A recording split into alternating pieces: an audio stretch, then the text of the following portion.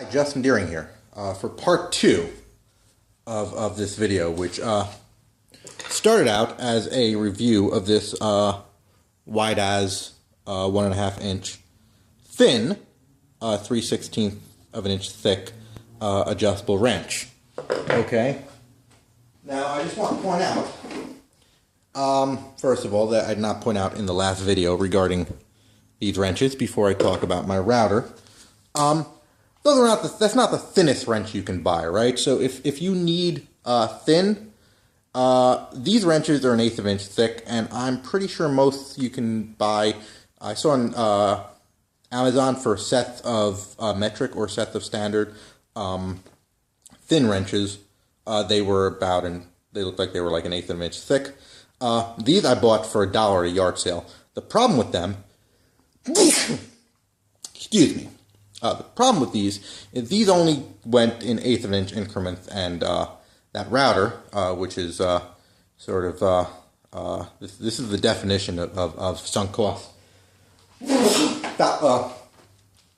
I proved sunk cost fallacy here with this router, with all the, but it was fully educational. Learned how to use tap and die, bought a really bad tap and die set off of eBay. But anyway, the biggest problem with this router was I could not get the collet nut off. Partially because I could not get the proper wrenches, and partially because I misread the printed in 1976 router manual. So this router was, purchased whatever, probably 1977. I don't know how long it was in stock, but assumingly it was manufactured at a similar time in the late 70s. I bought this for $20 at an estate sale, off a dead guy. Anyway, I couldn't loosen the collet nut. By a misinterpretation of the instruction manual, I thought it was counterclockwise, but I, definitely try and turn it both ways or whatever. But I could not get the proper tool where I could get enough leverage to do what I had to do. I promised I would do this live, but I'm going to be honest. I actually succeeded at doing this before recording this video. I wanted to test it. But anyway, vanity of vanities, all is vanity. Let's talk about how to do this and how I did this. So, first of all, so this is an adjustable router. I'm not sure if it's a plunge router or not. I'm hoping. Let me go zoom out a little bit. Okay, there we go. We're gonna zoom out a little bit. Anyway. So this allows you to adjust the height. This allows you to adjust how tight it gets, depending on all the way you can't turn it all.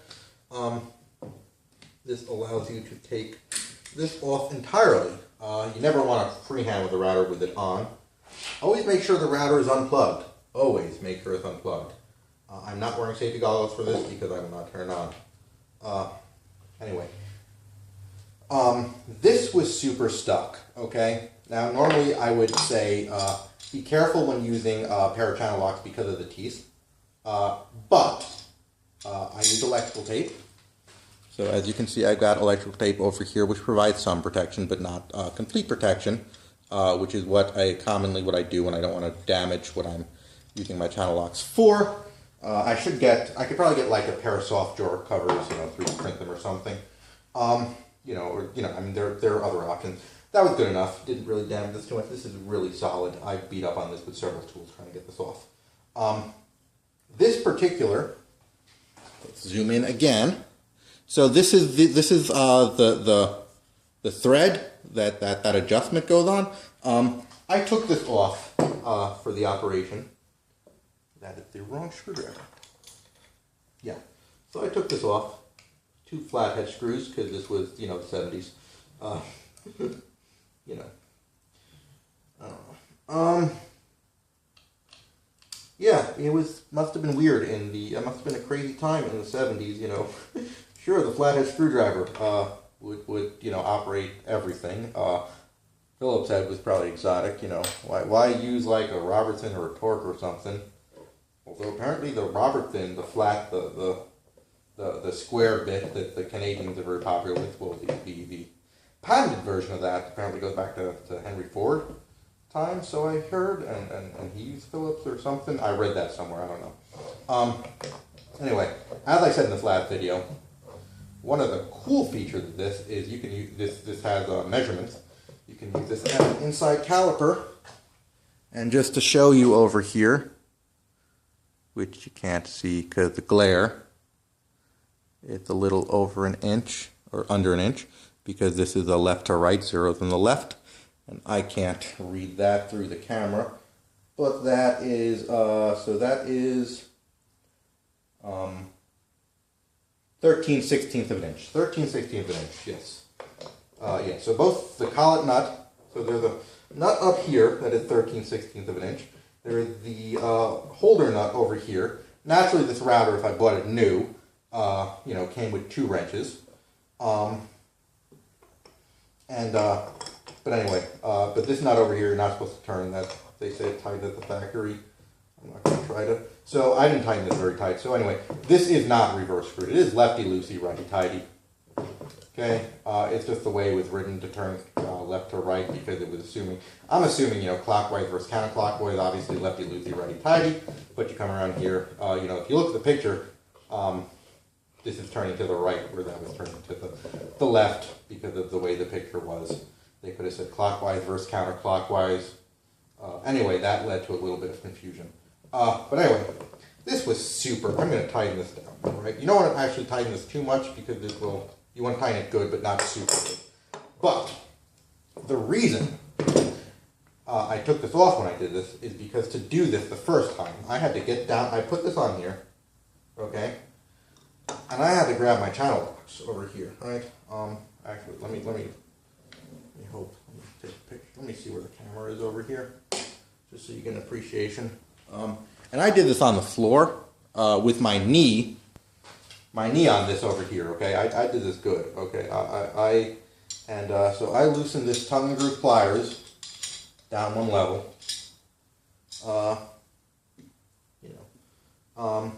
And yeah, I just did this, and I could have did this with just a long wrench. I mean, it's the tool I had. Anyway, yeah, I had to do that, and it didn't require a lot of pressure, but I had to get down there. I had to do that with my knee on this. It was a breaker bar would have been nice. I was actually thinking about going to the plumbing supply store tomorrow, seeing if I could buy whatever scrap of black pipe will fit over that. Anyway, there's no need to take this off completely. I would not recommend that at all. This is nice and greasy because of all the penetrating oil I put on it, which is perfectly fine. These threads are really good. I didn't do any damage to the threads turning them the wrong way as far as I can tell. Now that I got this off. Anyway, I've done this. And yes, I've actually used this router. So this bit is one of these detailing bits, right? So it will curve like a curve, like an indented curve. So what I actually did one time, I did use this. I was cutting a piece of plywood with a really, really weak Black & Decker jigsaw, and I could not keep a straight line, which is probably partially my fault because it really wasn't that thick. Thick enough. Actually, that the other piece of that plywood, the scrap, is actually going to do that to turn that hole into the routing table. So anyway, I actually said, let me use the router with this bit that I couldn't get off. Let me see if I can use the flathead to kind of straighten out the curve, right? Because I did use a fence on one side of it, so and I used the fence in such a way that when the jigsaw curved, because I'm terrible, it went too big. So I used this in basically 2 depths to I cut the top off, cut the bottom off, and then there was some extra, so I ended up using a sander to get the last bit off. But anyway, this is a nice curved detail bit. And this is probably, definitely made in America. It might have been like an actual Black & Decker bit.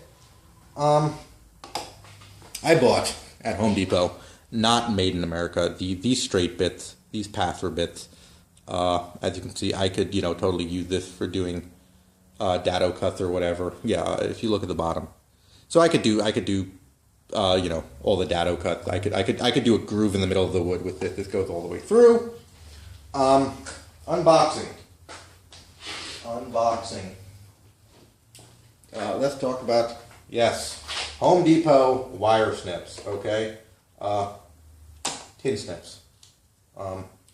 This is what I use to open up plastic. Sometimes I do cut wire. Sometimes I do cut tin with them. Like, well, not tin. It's copper. I don't think I've ever worked with actual tin. But anyway, here's a copper pipe I've cut with various tin snip tools I owned. Anyway, so the biggest and smallest, the 1/4 inch and the 5/8 of an inch diameter router bits are both only 3/4 inch high. This table I'm on, which let me go here. Yes, and like I said, so here's the other time I used the jigsaw to cut this. Yeah, it was, this is too weak of a jigsaw to cut good maple butcher block. Or maybe I'm just terrible. Anyway, so this is, so the width of that is 1 3/4, 6, 7, 1 7/8 of an inch, okay? The highest one I have is 1 inch. I do want to cut an indentation, so what I'm going to use is this piece of scrap wood over here, okay? Apologize for not being in front of the camera. This isn't about me, this is about the tools. One day I'll, get better at this or whatever, at the presentation. This is, looks like it's actually slightly under 1/2 inch thick, somewhere between, yeah, 1/2 inch and 8/16. So I'm gonna say 6. I'm gonna say, I don't have 30 seconds tick mark, but if I did, or if I had a more accurate caliper, dial, or digital caliper, I would say this would probably come close to 15-30 seconds of an inch. Anyway, I'm going to cut a piece. So I'm going to square this off. I'm going to measure out a lip of this. I'm going to square that off. I'm going to use this router bit, but just as an example. So here they all basically look the same. The middle ones, yeah. So everything, so the 5/16, 3/8, and 1/2 inch one all are 1 inch long. The 5/8 of an inch and the 1/4 inch are 3/4 of an inch high. But this is the full inch. Yeah, these are full inch. These are the bit part of the full inch high over here. So I can use 2 passes to get the full, straighten this out the full length if I want to. I'll be using a fence here. It'll be my first time routing. But anyway,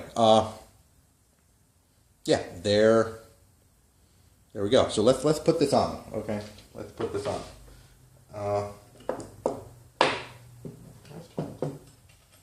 Okay. Now I've used this router once. Okay, I mean I've obviously turned it on several times.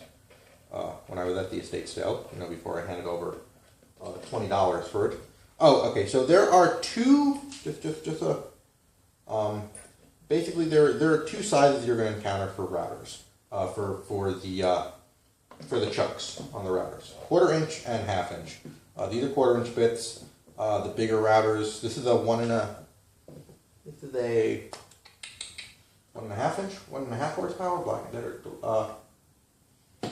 Deluxe router, manual router. I believe it. I'll go find the label later. But anyway. So turn it by hand.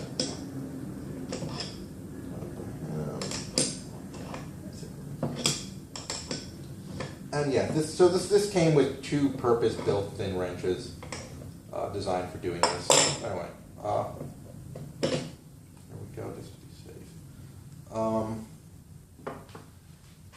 Just to prove it actually does work, I'm gonna plug it in. So what I'm going to do, first of all, is put this in a position where I'm not going to put my hand over it.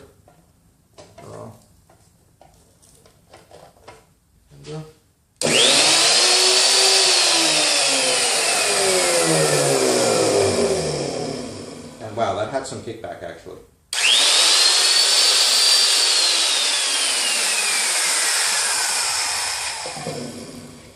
You know if that was in the frame. Yeah, that was in the frame. Okay. So anyway, yeah, I now have a, I can now use my router, okay? I have a, some cheap router bits. I have one, you know, I assume decent Made in America bit. I mean, you know, that was decent. It worked for when I used it once. And now I have a router where I don't just have one particular bit that I'm going to, you know, learn how to sharpen really well. Anyway, so that, yeah, that is my story of this router. And that, hopefully, yeah, we'll cover making this into a routing table. But basically, all you do with a routing table, I'm going to take this, I'm going to mount this in here. Obviously, I won't be able to store my C-clamps like that. Do you see the C-clamps in there? Yeah, so I got my C-clamps over here. I used to, these bolts over here, these 4 bolts are how I secure a Ryobi miter saw, which I'm sure you might have seen in previous videos. Yeah, this is an old, this from the 90s, Ryobi miter saw. I don't know why I'm going to put on safety glasses now, because I'm not going to plug that in. It was given to my dad in the late 90s when someone, an assistant scoutmaster from our scout troop, moved to Florida, sat in his garage. You know, I asked for it when I bought a house. I had the room for it. And the exhaust bag in the back gets a lot of sawdust, but some does fall through the bottom. I felt that, you know, the good thing to do is, I saw on Thingiverse, you can buy some, you can make a parameterized square funnel that will hook up to a shop vac, and I can use that to, you know, hold that, or I can just take a garbage bag under a garbage pail or whatever to catch some of the sawdust over there. Use that as a dust collector, and then I could use this as a routing table. I will, yeah, I'm very concerned with how I can collect dust as I cut wood over here now that I have a routing table. How am I going to use a fence over here? So I cannot go straight back on this table all the way over there because I will hit my my vise over there. Although I guess depending on how I mount this. Anyway, yeah, so I'm working with limited space here. I have a bench grinder. So I have the Harbor Freight $50 bench grinder I bought,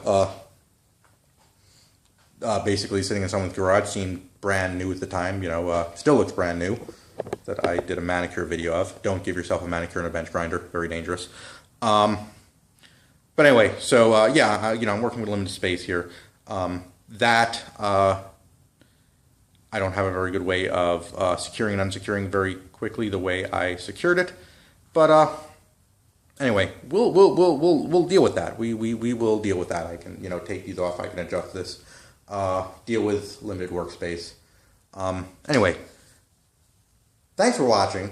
You know, that got a little long, but you know, hopefully I'll have more to show you next time.